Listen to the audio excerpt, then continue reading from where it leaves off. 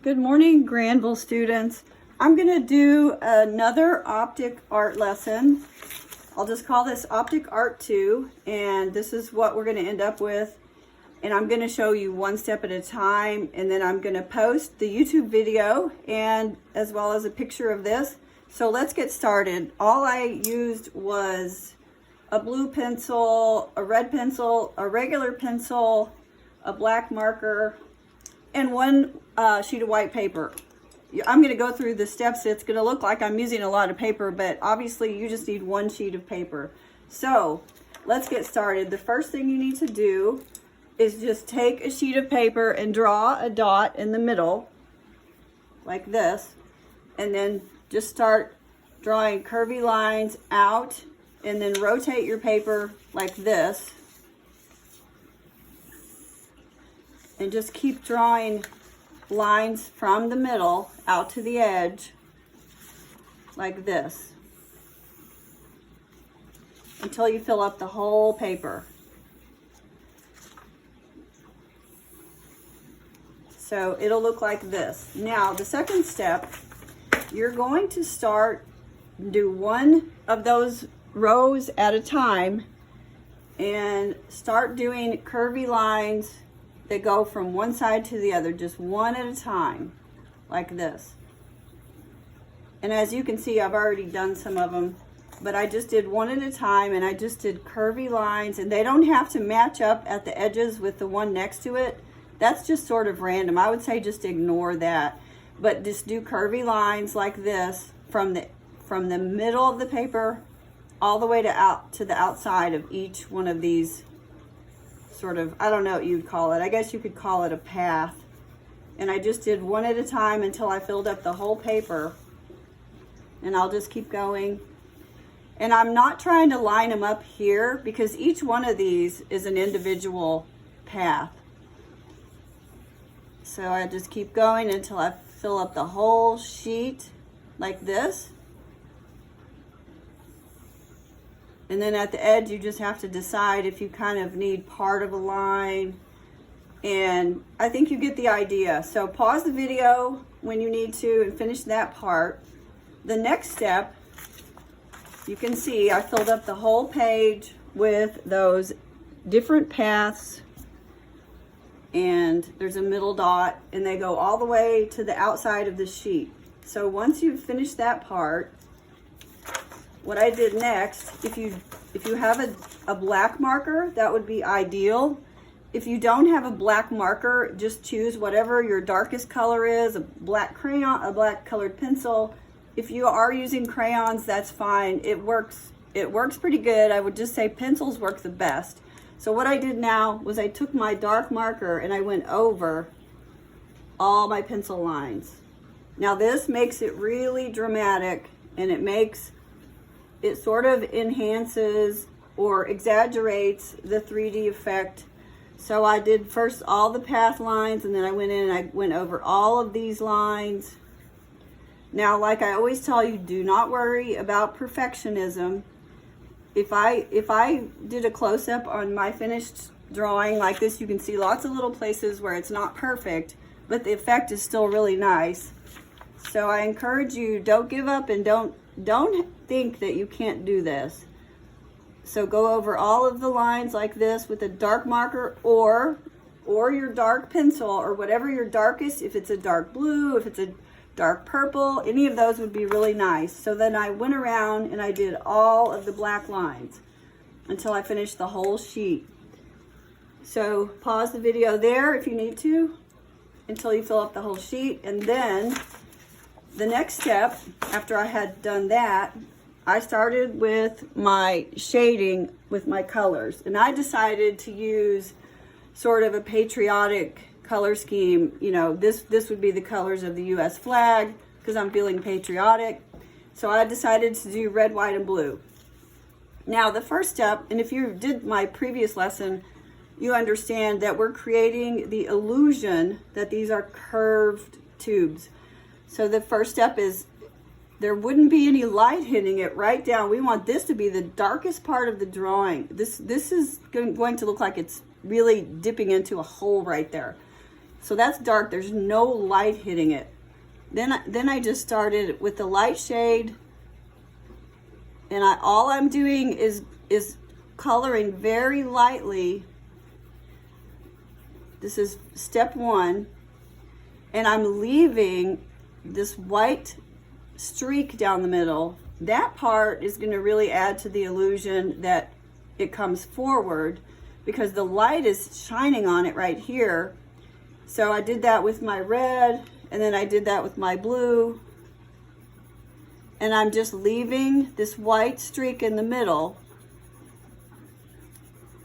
so that I'm going to eventually create the illusion that these tubes are round and curved.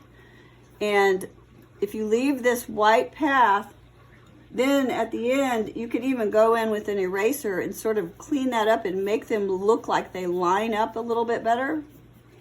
And I did that all the way around. I just kept going. Every other one is red.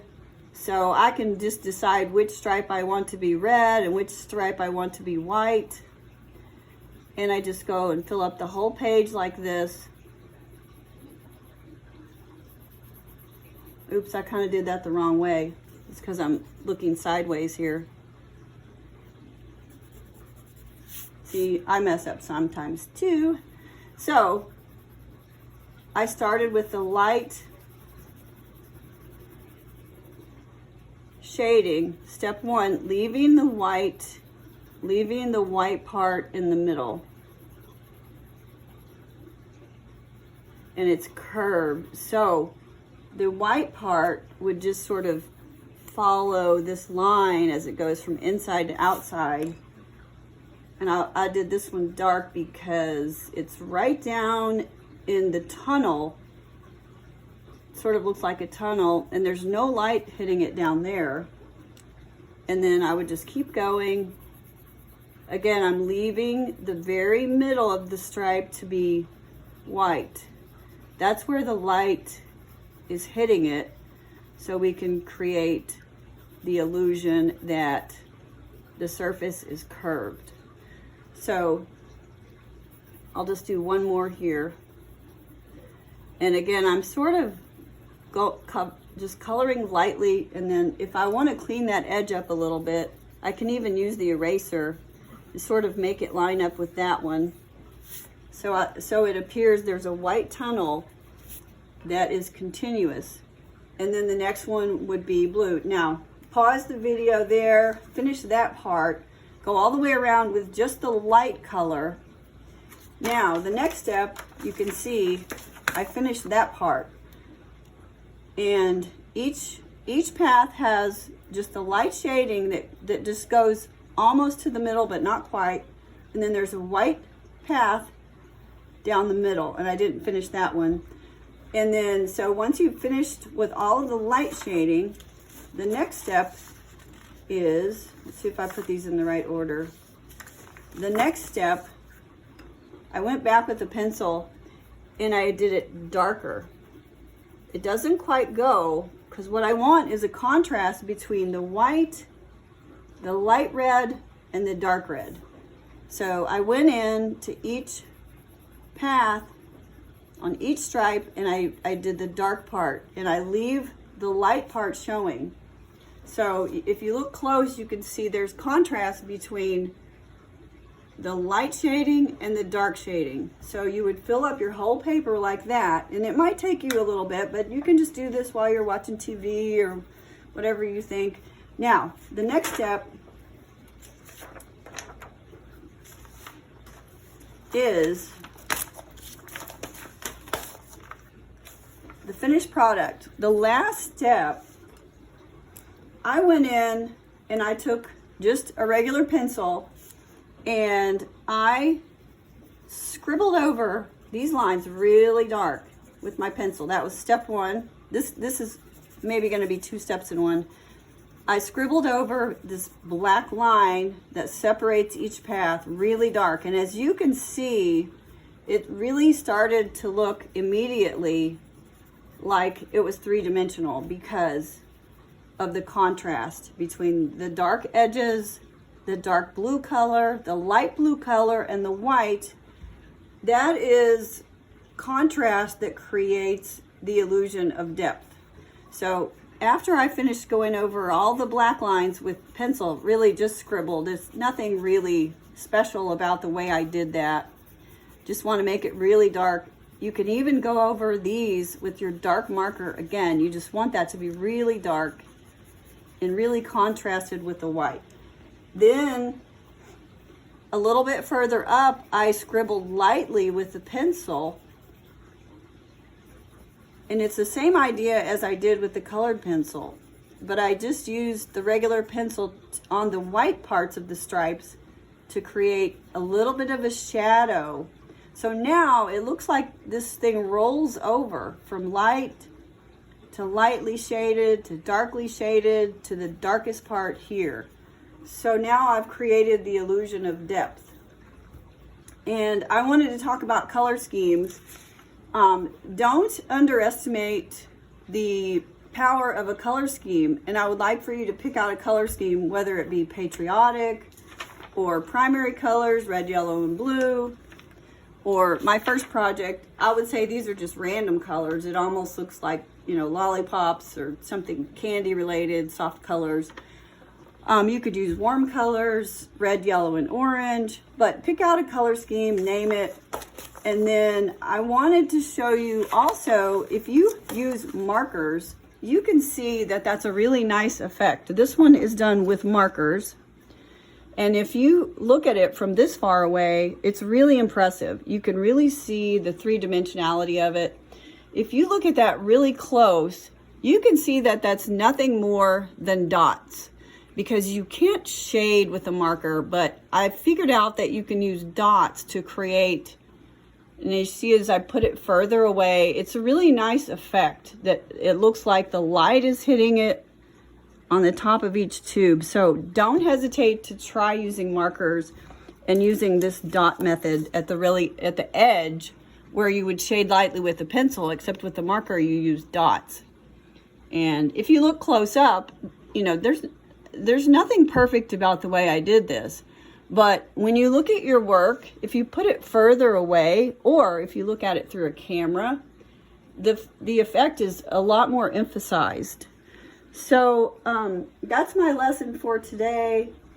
And I would like for you to, again, pick a color scheme and just be patient with it. If you need to do it in 2 sessions, that's fine. There's no hurry. I'm not having a due date on any of this. I just hope you'll appreciate doing the art as a break from your other subjects. And thank you for listening. And if you do this project, let me know by emailing me a picture or posting it up on Dojo. And I love to hear back from you. Miss all of you guys. My email is heath@cusslight.org. That's Heath, Heath, @cusslight.org. Thank you.